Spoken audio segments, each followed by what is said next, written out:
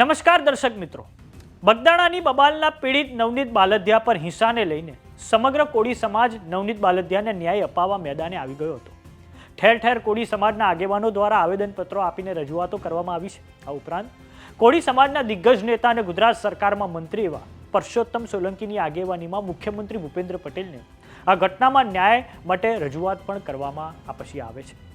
કેમ કે કોળી સમાજના આગેવાનોને પોલીસની તપાસમાં શંકા જાય છે. બગદાણાના પૂર્વ પીઆઈ ડીવી ડાંગર અને ડીવાયએસપી રીમા ઝાલાની ભૂમિકાઓ પર ઘણા પ્રશ્નો કોળી સમાજના આગેવાનો દ્વારા ઊભા કરવામાં આવે છે.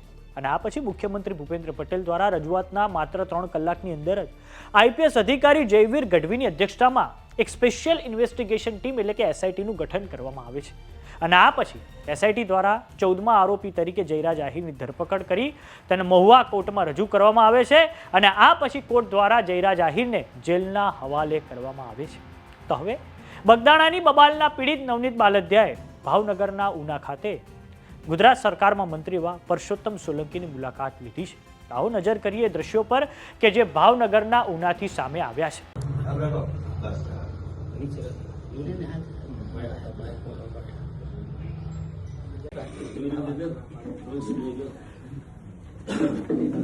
વાત કરીએ કોળી સમાજની, તો હવે કોળી સમાજ આગામી 1 ફેબ્રુઆરીના રોજ એક ભાવનગર ખાતે ખૂબ વિશાળ મહાસંમેલનનું આયોજન કરવા જઈ રહ્યો છે.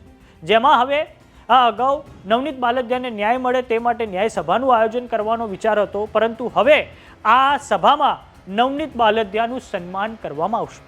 તો આ તરફ બીજી તરફ કોળી સમાજના આગેવાનો દ્વારા હવે એવી પણ માંગણી કરવામાં આવી છે કે આ જે ફરિયાદ છે તેમાં બગદાણાના પૂર્વ પીઆઈ ડીવી ડાંગરનું નામ પણ ઉમેરવામાં આવે. આ ઉપરાંત ડીવાયએસપી રીમા ઝાલાને તાત્કાલિક ધોરણે સસ્પેન્ડ કરવામાં આવે.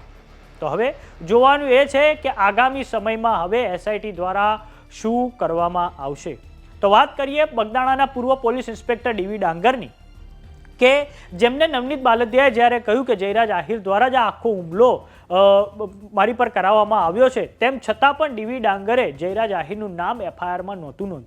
અને આ પછી ડીવાયએસપી રીમા ઝાલા દ્વારા પ્રેસ કોન્ફરન્સ કરીને જયરાજ આહિરને ક્લીન ચીટ આપી દેવામાં આવે છે, જેના કારણે કોળી સમાજમાં પછી ભારે આક્રોશ હવે જોવા મળી રહ્યો છે.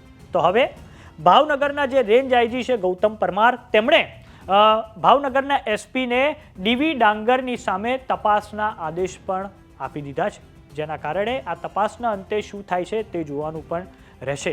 તો હવે જોવાનું એ રહેશે કે બગદાણાની બબાલનો વિવાદ કયા નવા વળાંકો લે છે. એસઆઈટી દ્વારા જયરાજ આહિરને કોર્ટમાં રજૂ કરવામાં આવ્યા ત્યારે બંને પક્ષ તરફથી દલીલો કરવામાં આવી હતી. અને આ પછી જયરાજ આહિરની જામીન અરજીને પણ કોર્ટ દ્વારા નામંજૂર કરવામાં આવે છે અને પછી તેમને ભાવનગરની જેલના હવાલે કરી દેવામાં આવે છે. તો સમાચારોમાં અત્યારે બસ આટલું. જોતા રહો જમાવટ. જો તમામને યુટ્યુબ પર જોઈ રહ્યા તો સબસ્ક્રાઇબ કરો. જો તમામને ઇન્સ્ટાગ્રામ અને ફેસબુક પર જોઈ રહ્યા તો ફોલો કરો. સાથે જ અમારી વોટ્સએપ ચેનલ આવી ગઈ છે, જોઈન કરવાનું ના ભૂલતા. નમસ્કાર.